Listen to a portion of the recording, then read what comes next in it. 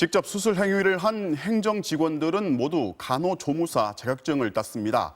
물론 그렇다고 수술을 할 수 있는 건 아닙니다. 조무사는 법적으로 수술실에 들어갈 수 있다 보니 입장도 마음대로 하고 나중에 문제가 생겼을 때를 대비해서 일부러 따게 했다는 증언이 나왔습니다. 박진주 기자가 보도합니다. MBC가 확보한 인천 21세기 병원 수술실 동영상. 수술복 차림의 원무과장과 진료협력과장, 진료협력실장 등 행정직원들이 번갈아가며 대리수술에 참여합니다. 대표는 실제 3, 4시간 중에 10분, 15분 현미경으로 디스크 제거하는 부분만 하는 거죠. 열고 마무리는 행정직원이나 이런 분들이 마무리해 주는 거고요. 이들 행정직원들은 모두 간호조무사 자격증을 가지고 있습니다. 인천 21세기 병원의 전직 직원 A씨는 이들이 수술실에 드나들 수 있도록 병원장이 간호조무사 자격증을 따게 시켰다고 전했습니다.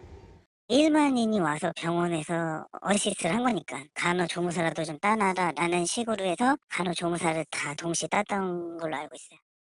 감사나 수사에 대비해 병원 행정직원이 아니라 간호조무사라고 둘러댈 수 있도록 미리 대비를 했다는 겁니다. 감사가 나오면 이 사람은 직군이 뭔지가 중요한 거니까 진료협력팀 그 사람들이 간호조무사 자격증을 다 있다고 내세울 건데, 하지만 간호조무사라고 해도 봉합이나 절개 등 대리수술을 하는 건 명백한 의료법 위반입니다. 인천 21세기 병원에서 수술을 받은 뒤 심각한 후유증이 생겼는데 대리수술 때문인 것으로 의심된다는 제보도 계속되고 있습니다. 대소변 신경을 건드려가지고 못 걷게 되는 거예요. 뛰어다니고 집사람은 밖에서 대기하고 있는 를 본 거예요. 나 수술 시간에 해진도 났던 거야. 대리수술 시켰던 것 같아요.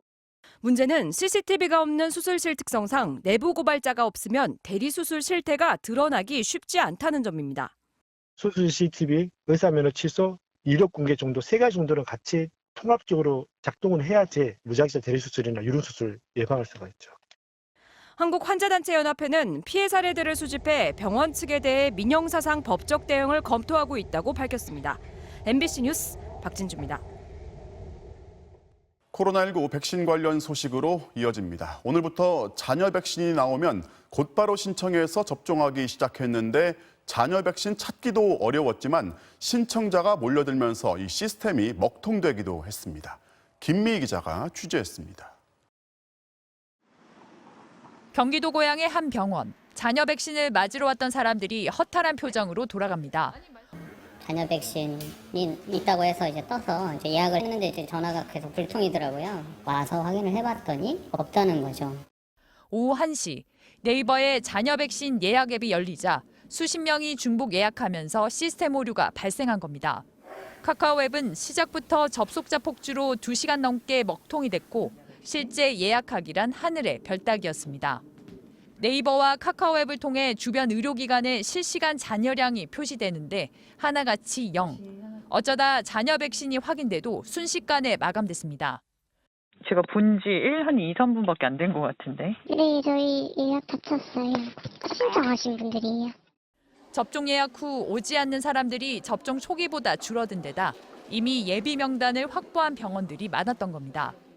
기존에 500명가량 대기 명단에 있는 분들 순서대로 연락해서 해드리고 있고요. 예비 명단 접종이 끝나면 잔여 백신에 대한 당일 예약 접종은 더 원활해질 것으로 보입니다. 네이버와 카카오 앱에서 전국 위탁 의료기관 12,000곳의 잔여 백신 조회와 예약이 가능한데 30세 이상 국민이면 누구나 본인 인증 뒤 신청할 수 있습니다. 예약이 완료되면 의료기관의 이름과 시간이 즉시 표시되고 바로 백신을 맞으러 가면 됩니다. 원하는 의료기관을 사전에 5개까지 등록해서 알림 신청을 하시면 해당 의료기관의 잔여 백신 발생 정보를 실시간으로 받아볼 수도 있습니다. 다만 같은 날 여러 곳에 예약은 할 수 없고 당일 예약 후 취소도 접종도 하지 않을 경우 향후 네이버와 카카오 앱을 통한 접종 예약이 불가능해집니다. MBC 뉴스 김미희입니다.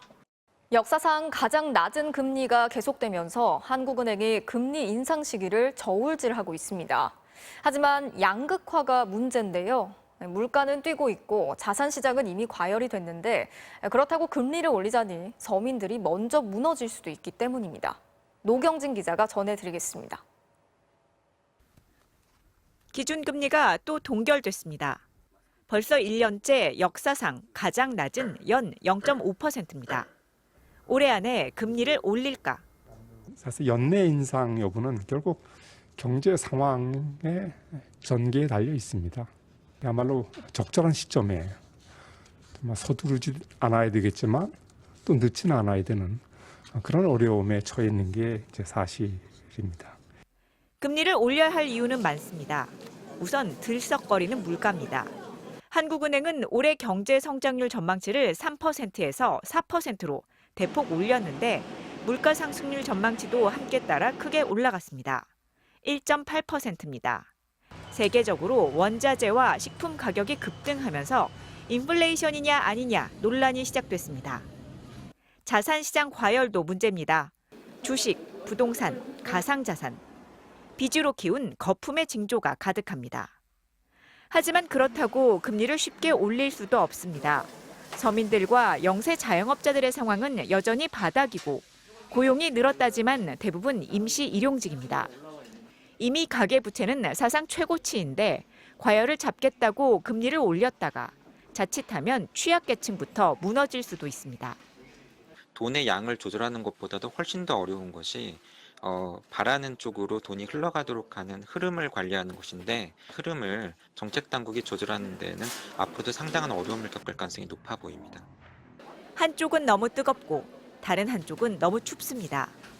금리만으로 해결하기 어려운 심각한 양극화 상황. 더 적극적인 조세와 분배 역할이 필요해 보입니다. MBC 뉴스 노경진입니다. 한국토지주택공사 LH를 해체 수준으로 환골탈퇴시키겠다. 2달 전 LH 투기 사태가 터지자 정부가 했던 약속입니다. 오늘 정부가 회사를 쪼개는 혁신안을 들고 국회에 갔는데 그 자리에서 퇴짜를 맞았습니다. 승진 파티를 하려는 거냐는 비판까지 나왔는데요. 이문영 기자가 취재했습니다.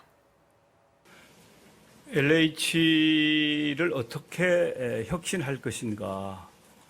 그야말로 해체 수준의 환골탈퇴하는 그런 혁신을 추진하겠습니다. 이렇게 말씀드리고 LH 직원들의 투기 사태가 터지자 정부는 해체 수준의 혁신을 약속했습니다.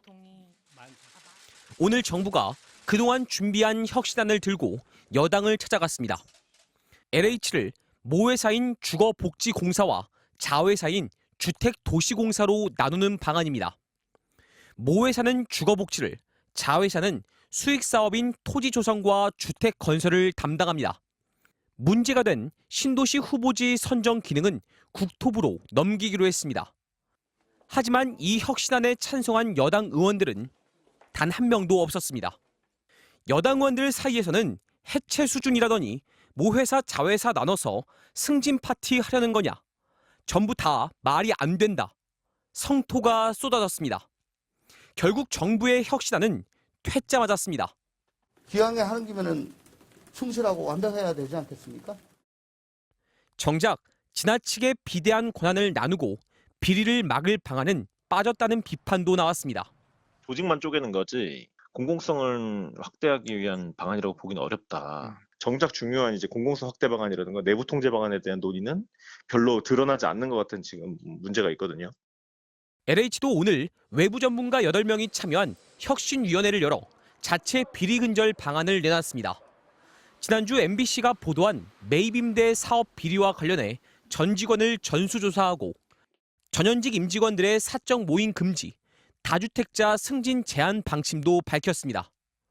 잇따른 비리로 이미 여론의 불신이 커질 대로 커진 상황이라 LH의 개혁 논의는 당분간 계속 진통을 겪을 것으로 보입니다.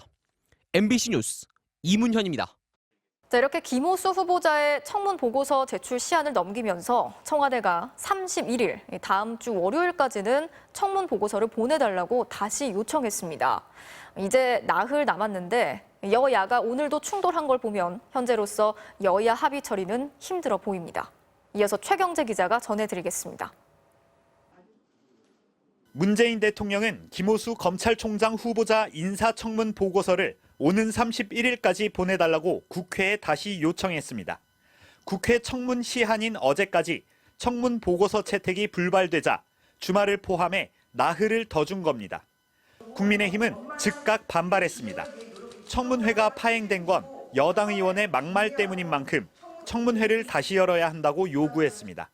제대로 진행하지 못한 청문회 일정을 끝까지 마무리하는 것이 온당합니다. 임명 강행을 한다면 국민들이 절대 용납하지 않을 것임을 명심하기 바랍니다.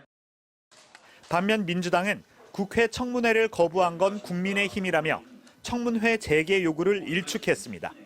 자당 의원의 과거에 대해 언급한 부분에 대한 사과를 받기 위해서 인사청문회를 파행시킨 것, 이것은 이해가 되지가 않습니다.